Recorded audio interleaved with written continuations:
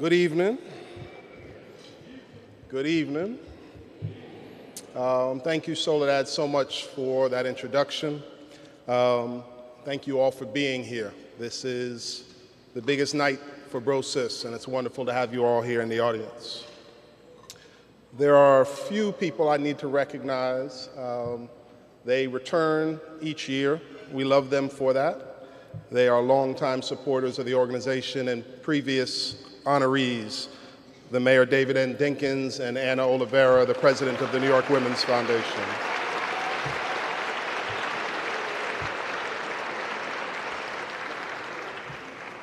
I'd also like to recognize one of the major supporters of our work and the creation of our new home, the District Attorney from Manhattan, Cyrus Vance.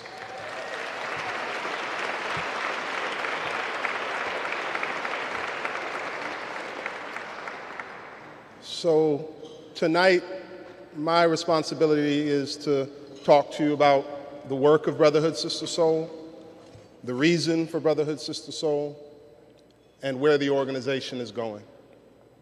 This is an evening where we tell our story. We tell the stories of our young people, we tell the stories of our work, and we tell the stories of our idea of what this country and what this city should look like. There's been a question that's guided us since our founding. What is it that our children deserve? It's a question that guides our work every single day. What do our children deserve? We believe at Brotherhood Sister Soul that our children deserve every single opportunity afforded to them. We believe they deserve an opportunity for equity and equality.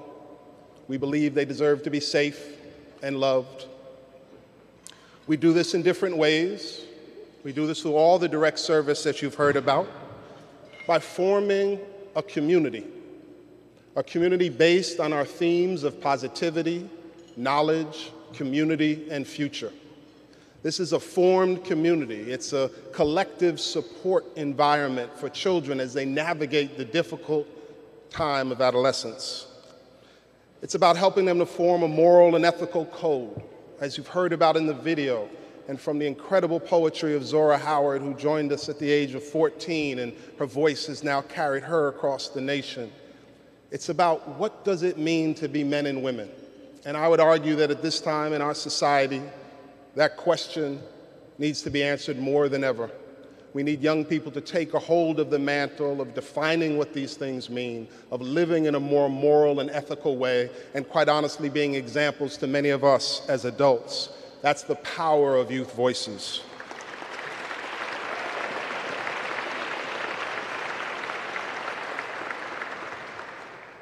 The Brotherhood Sister Soul has a theory of change, and it guides all the work that we do. It is that we provide support, guidance, love, and education to children, and we never shy away from that word love. We love our children unconditionally. We then teach them to form discipline and order in their life, critical, necessary skills to overcome the conditions they face. And then we provide opportunities and access so they can develop agency. So support, guidance, love, and education, teach them to form discipline and order, and then provide opportunities and access so they can develop their own agency. It is young people who have been at the forefront of every movement for social change in this country, whether it was the civil rights movement and teenagers getting on buses during the freedom rides. When Diane Nash was in college and 19 years old, she was called by the representative of then Attorney General Robert Kennedy, and he begged her not to get on buses to go into the South, a group of students from Fisk University. And Diane Nash, at the age of 19, responded to the representative of the Attorney General of the United States of America. Last night, we wrote our last will and testament. We're getting on those buses. Young people have been at the forefront of the women's movement, of the effort for equality for gay and lesbian people in this country. They brought down a president in the 60s and ended a war. Young people have been at the forefront of every movement. And so Brotherhood Sister Soul is not about creating leaders for the future. It is about creating leaders of today whose voices are essential to the conversation.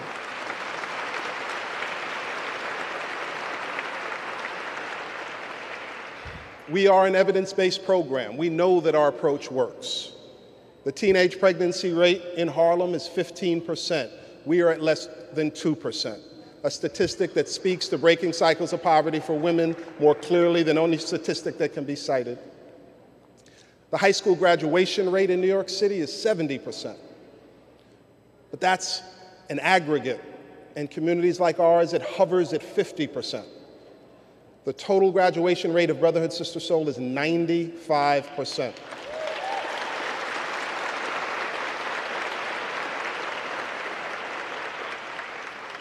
Often we talk about the intersection of the criminal justice system and communities like Harlem. We work citywide in some of the most difficult communities to work in this city. 1 out of 3 black men between the ages of 20 and 29 in America is under supervision of the prison system, either in prison, on probation, or on parole. 1 out of 3. It is a statistic that stops the blood cold. After 23 years, not a single member of our organization is incarcerated, and less than 1% has a serious criminal record.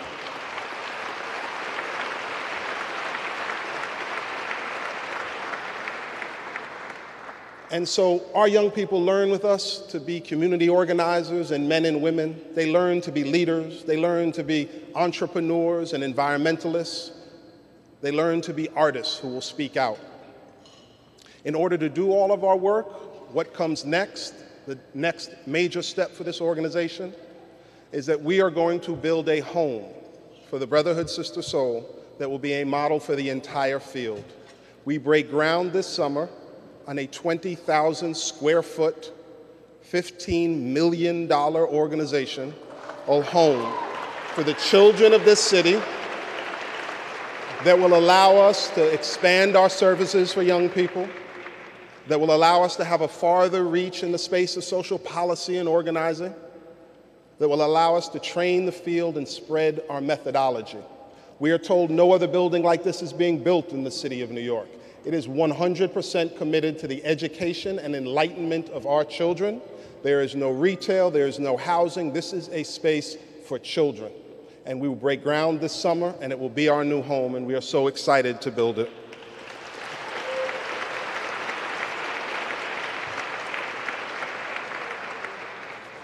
So you've heard about our work. You've seen what's coming next. The last piece that I want to talk about this evening is why we do this work.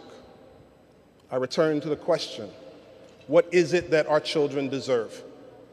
We provide such a comprehensive and wraparound program because our young people have to be protected in so many ways.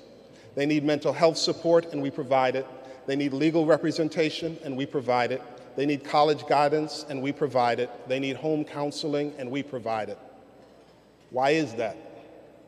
The census was done 2 years ago in New York City, the greatest disparity of wealth in America in any county here in New York County in Manhattan. The top 10% earns $860,000 a year. The bottom 15% survives on $10,000 or less. 15% of the residents of the borough of Manhattan survive on $10,000 or less. Those are the young people we work with. It means you make decisions between healthcare and clothing, between food and transportation. In this, the wealthiest city in the country, we as adults allow this to occur. We allow our children to face these conditions. It is immoral. And so when we say, what do our children deserve? What we say is that they deserve to not have to face those conditions. We want to attack cycles of poverty that produce 40% of all New Yorkers living in poverty or on the line. It is about helping every child overcome, but also speaking to the conditions. There's a story told of a group of adults on the bank of a fast-running river. They're enjoying a beautiful day, and all of a sudden they look out into the river and they see a baby floating down the river. And one of the elders jumps into the water, he swims out, he grabs the baby, and they bring him to shore. They give it mouth-to-mouth resuscitation, and slowly the baby starts breathing again. A few minutes later, another baby comes floating down the river. At this point, another elder jumps in and pulls the baby out, and she gives him mouth to mouth, and again, the baby slowly comes back to breathing. At that point, a woman runs up the banks of the river, and the other adults look at her and say, "What are you doing? Where are you running? These two children almost drowned." And she said, "I'm running up the banks to find out who the hell is throwing our children in the water." And so at Brotherhood Sister Soul, we are pulling children out of the water, and we are focusing on the conditions that put our children in the water.